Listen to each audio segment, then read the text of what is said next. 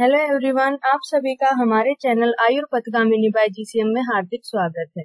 तो जैसा कि आप सब जानते हैं, हमने पहले सिद्धांत और उसके टाइप्स के बारे में पढ़ा है। उसके बाद हमने त्रिसूत्र सिद्धांत के बारे में पढ़ा है।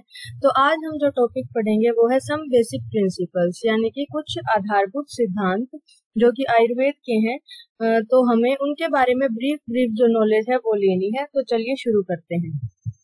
तो सबसे पहले है त्रिदंड।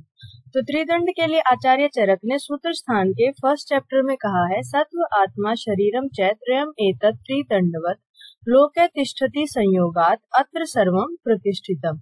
यानी कि सत्व आत्मा और शरीर ये क्या है, त्रयम् एतत् त्रिदंडवत्। तो ये तीनों क्या है, त्रिदंड कहा गया है इनको। लोके तिष्ठति संयोगात्, और इनके संयोग से क्या है, लोक स्थित होता है।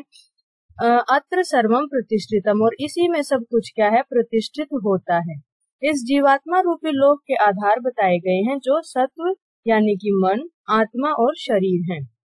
इन्हीं तीनों के संयोग से यह लोक, शरीर या फिर जो पुरुष है वो अवस्थित रहता है, और जीवात्मा रूपी लोक में सब कुछ प्रतिष्ठित होता है।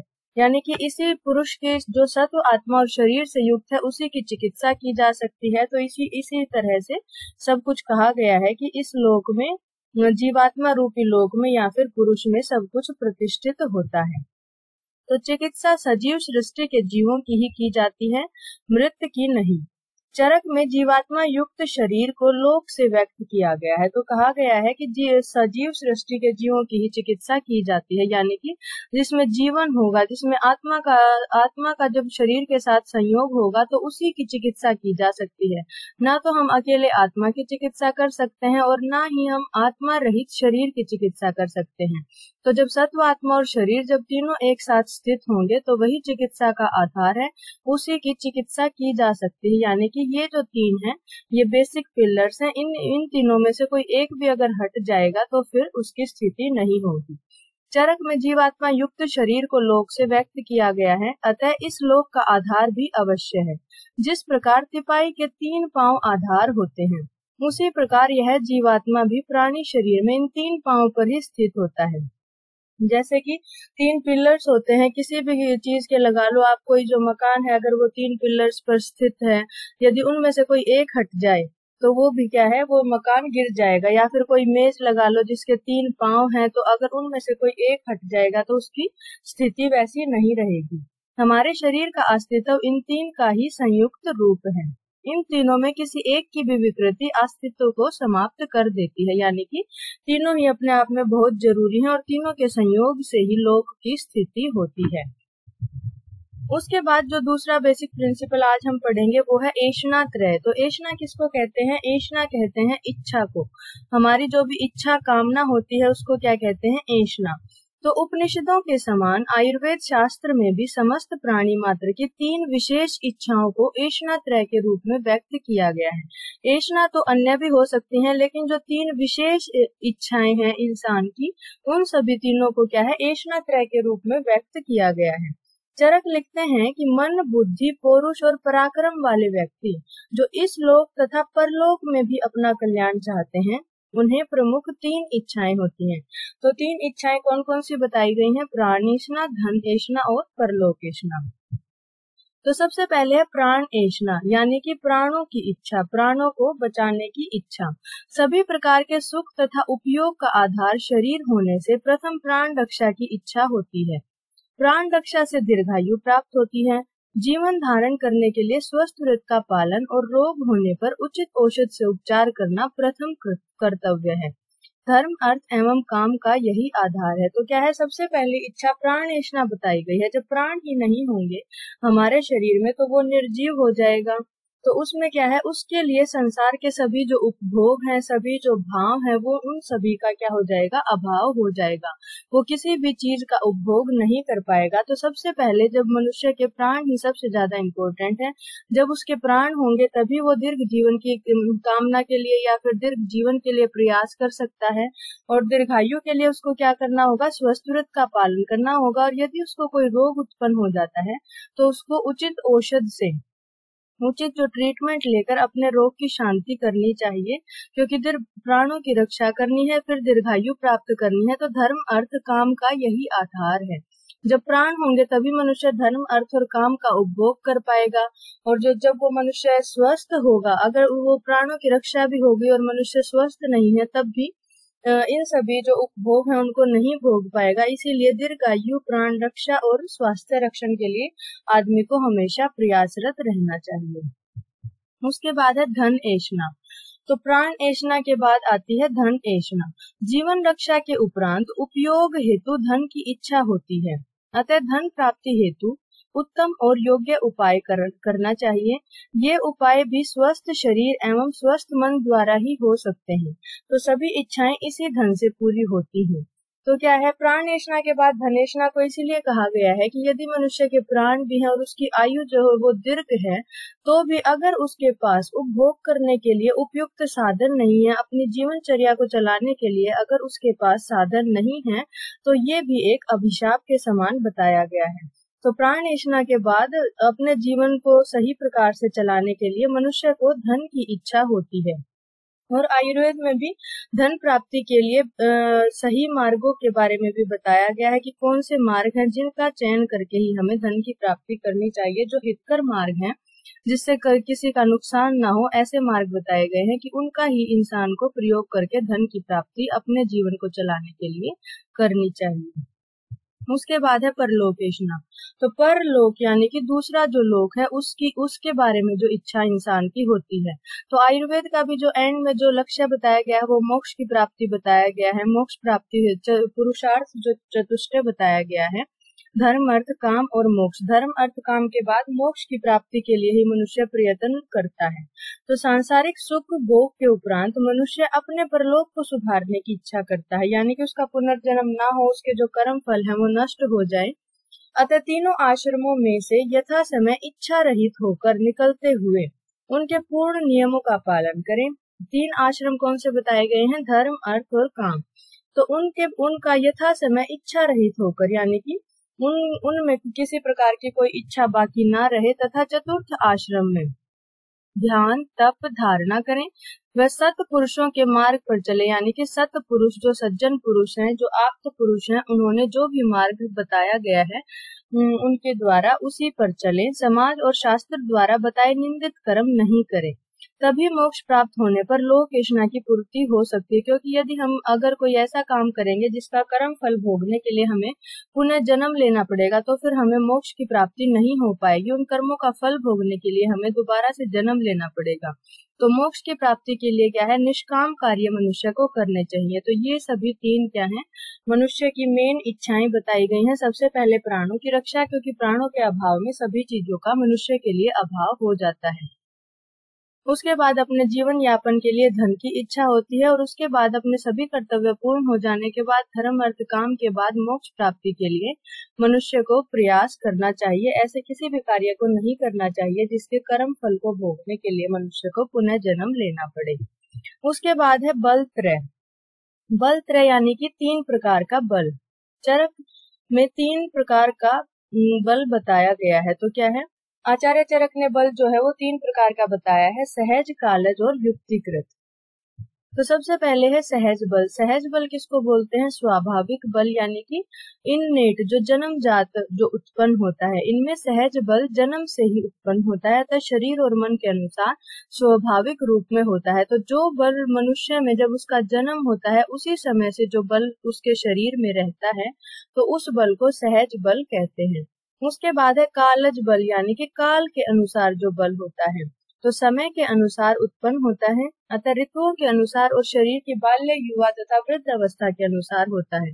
तो ऋतुओं की जब आपने सीक्वेंस पढ़ी होगी, शिशिर, वसंत, ग्रीष्म, वर्षा, शरद और हेमंत, तो वहां पे बताया गया है कि जो शिशिर और हेमंत ऋतु है, वहां पर मनुष्य का जो बल है वो श्रेष्ठ होता है। उसके बाद वसंत और जो शरद है उसमें मध्यम बल होता है, और वर्षा और ग्रीष्म जो ऋतु है उसमें मनुष्य का जो बल है वो हीन होता है। तो बल की स्थिति ऋतुओं के अनुसार हो गई। इसी तरह से आपने अवस्था के अनुसार भी जो है बल की स्थिति आपको ज्ञान होगा कि वृद्धावस्था में जो है वो बल मनुष्य में सबसे कम मात्रा में रह जाता है, क्योंकि धातुओं का जो क्षय होना स्टार्ट हो जाता है वृद्धावस्था में। उसके बाद है युक्तिकृत। तो युक्तिकृत क्या है? बल उत्तम रसायन और आहार विहार तथा औषध से बढ़ाया जा सकता है। युक्तिकृत शब्द से आप ये अनुमान लगा सकते हैं कि युक्तिकृत यानी कि जो युक्ति के द्वारा किया गया है। युक्ति यानी कि प्लानिंग, योजना के द्वारा, औषध की योजना, आहार विहार की योजना। तो बल को बढ़ाने वाले औषध, आहार विहार, रसायन इत्यादि का प्रयोग करके जो बल शरीर में उत्पन्न किया जाता है तो उसको युक्तिकृत बल कहते हैं। उसके बाद है त्रिविध रोग आयतन। तो ये हमने पहले भी पढ़ा है। रोग उत्पत्ति के 3 प्रमुख आयतन या कारण माने गए हैं जो काल, अर्थ और कर्म है। ये जो त्रिविध रोग आयतन है ये हमने निदान स्थान जब हमने पढ़ा था तब भी पढ़ा था। इनके हीन योग, मिथ्या योग तथा अति योग से रोग होते हैं। यथा इंद्रियों द्वारा जिन विषयों का ग्रहण किया जाता है वे इंद्रिय अर्थ कहलाते हैं। अतः इंद्रियों का अपने अपने विषयों के साथ अधिक मात्रा में संयोग करना अति योग कहलाता है। तो रोग उत्पत्ति के 3 प्रमुख कारण बताए गए हैं, काल, अर्थ और कर्म। अर्थ यानी कि इंद्रियों का अपने विषयों से जो संयोग है, इंद्रिय अर्थ, काल यानी कि समय, और कर्म। तो इन सभी तीनों का हीन योग, मिथ्या योग और अति योग ये क्या है? रोग के कारण होते हैं। जब इंद्रियों का अपने विषयों से अधिक मात्रा में संयोग होता है तो उसको अति योग कहते हैं। इंद्रियों का अपने अपने विषयों के साथ अल्प मात्रा में संयोग या फिर संयोग नहीं होता तो उसको हीन योग कहते हैं। और अप्रिय विषयों से इंद्रियों का संयोग होता है या फिर मिथ्या जो संयोग होता है उसको मिथ्या संयोग कहा जाता है। इसी प्रकार काल, अर्थ एवं कर्म के अतियोग, अयोग तथा मिथ्या योग को भी रोग का कारण जानना चाहिए। ऋतुओं का अतियोग होना, मिथ्या योग होना, हीन योग होना, उसी तरह से कर्म का भी अतियोग होना, अयोग होना और मिथ्या योग होना, ये सभी क्या है? रोग के कारण बताए गए हैं। त्रिविध रोग आयतन। आयतन से क्या है? हेतु, निमित्त, आयतन, कर्ता, कारण, प्रत्यय, समुत्थान, ये सभी क्या है? निदान के कारण के पर्याय बताए गए हैं। जब हमने निदान स्थान का फर्स्ट चैप्टर पढ़ा था तो उस समय भी हमने हेतु के पर्याय पढ़े थे। तो आयतन यहाँ पे किसके लिए आया है? कारण के लिए आया है। त्रिविध रोग आयतन यानी कि रोगों के 3 प्रकार के कारण। उसके बाद है त्रिविध रोग यानी कि 3 प्रकार के रोग। तो रोग जो है वो 3 प्रकार के बताए गए हैं, निज, आगंतुज और मानस। तो निज का जो शाब्दिक अर्थ होता है वो होता है अपना, यानी कि अपने शरीर के जो दोष हैं, शरीर में जो दोष स्थित हैं उनके विकृत होने से जो रोग उत्पन्न होते हैं तो उसको निज रोग कहते हैं। उसके बाद है आगंतुज। आगंतुज मतलब यानी कि बाहर से जो कोई भी आक्रमण, भूत प्रेत, जीवाणु, विषाक्त वायु, अग्नि, उनके द्वारा आक्रमण किसी होने के बाद जब दोष विकृत होते हैं और जब व्याधि उत्पन्न होती है या फिर शस्त्र आदि के आघात से जो उत्पन्न होते हैं तो उन सभी को क्या कहते हैं? आगंतुक रोग। या आगंतुक यानी कि जो बाहरी कारणों से होते हैं, और निज जो शारीरिक जो दोष हैं उनमें विकृति होने से उत्पन्न होते हैं। फिर तीसरा है मानस रोग। तीसरे प्रकार के रोग मानस कहलाते हैं जो रज एवं तम दोषों के विकार से उत्पन्न होते हैं। तो जो शारीरिक जो रोग है वो शारीरिक दोष यानी कि वात, पित्त, कफ की दृष्टि से होंगे, और जो मानस रोग है वो मानसिक दोष रज और तम जो है उनके विकार से उत्पन्न होते हैं। तो इस प्रकार ये 3 प्रकार के रोग बताए गए हैं। उसके बाद है अवस्थात्रय। अवस्थात्रय यानी कि 3 प्रकार की अवस्थाएं। स्वस्थ एवं आतुर में स्वास्थ्य नियमों तथा औषध उपचार में शारीरिक अवस्था को 3 भागों में विभाजित किया गया है। तो जो स्वस्थ है और जो रोगी है, स्वास्थ्य नियमों का पालन करने के लिए और जो औषध उपचार यानी कि ट्रीटमेंट करने के लिए भी जो अवस्था है शरीर की उसको 3 भागों में विभाजित किया गया है, बाल अवस्था, युवा अवस्था और वृद्ध अवस्था। तो इन्हीं के अनुसार शरीर की रोग क्षमता, बल, पाचन, अग्नि एवं अनुपान का ज्ञान किया जाता है। तो इन्हीं के अनुसार कैसे, जैसे हमने दोषों की स्थिति भी अष्टांग हृदय के फर्स्ट चैप्टर में पढ़ी है कि बाल्यावस्था में कफ होता है, युवा अवस्था में पित्त होता है और वृद्धावस्था में वात की प्रधानता होती है। शारीरिक जो बल होता है वो भी वृद्धावस्था में सबसे हीन मात्रा में होता है। रोग प्रतिरोधी क्षमता होती है, बल है, पाचन शक्ति जो है, अग्नि है, अनुपान यानी कि अनुपान यानी कि किसी भी औषध के साथ जो पान दिया जाता है जिससे कि उसकी जो एफिकेसी है वो बढ़ाई जा सके, उसको अनुपान कहते हैं। तो इन सभी का जो निर्धारण है वो अवस्था के अनुसार अलग अलग होता है। तो इन सभी के निर्धारण के लिए जो शारीरिक अवस्था है उसको 3 भागों में विभाजित किया गया है, बाल अवस्था, युवा अवस्था, वृद्धावस्था। और इन सभी का आकलन करके उसी के आधार पर हम औषध की, आहार की, विहार की युक्ति इंसान के ट्रीटमेंट के लिए कर सकते हैं। उसके बाद है औषध रूप चिकित्सात्रय। तो तीन प्रकार की चिकित्सा बताई गई है, दैवव्यपाश्रय, युक्ति व्यपाश्रय और सत्वावजय चिकित्सा। तो इनमें मंत्र, मणि धारण, देव पूजन, उपवास, व्रत, हवन आदि इनके द्वारा जो चिकित्सा की जाती है उस चिकित्सा को दैवव्यपाश्रय चिकित्सा कहते हैं। जैसे कि आचार्य चरक ने ज्वर की चिकित्सा में विष्णु सहस्त्र नाम का प्रयोग बताया है, जिसमें आहार विहार एवं औषध द्रव्यों का युक्ति पूर्वक प्लानिंग करके जो प्रयोग किया जाता है उसको युक्ति व्यपाश्रय चिकित्सा कहते हैं।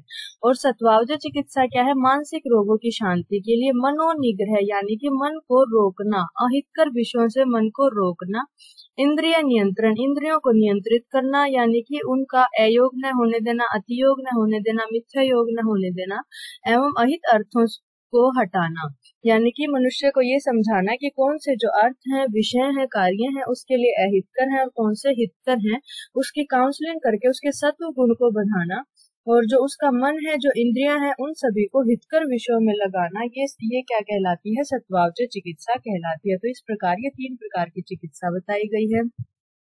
उसके बाद है त्रिविध रोग मार्ग यानी कि तीन प्रकार के रोग मार्ग। तो शरीर में तीन प्रकार के रोग मार्ग बताए गए हैं, कोष्ठ, शाखा, मर्म, अस्थि, संधियां। तो कोष्ठ से हम ऊर्ध्व व अधः कोष्ठ को लेते हैं। कोष्ठ मतलब कि डाइजेस्टिव सिस्टम और उससे रिलेटेड जितने भी ऑर्गन्स हैं। शाखा से सप्त धातुओं को लिया जाता है और तीसरा मर्म, अस्थि और अस्थियों की जो संधियां यानी कि जोड़ जो होते हैं। तो उनमें जहां भी रोग जिस रोग मार्ग में होंगे तो उस रोग को उस रोग मार्ग का ही रोग कहा जाएगा। इन्हीं के माध्यम से रोग गति करता है। तो ये थे त्रिविध रोग मार्ग। तो अगर आपको हमारी वीडियो अच्छी लगे तो प्लीज वीडियो को लाइक करें, शेयर करें, चैनल को सब्सक्राइब करें। Thank you so much.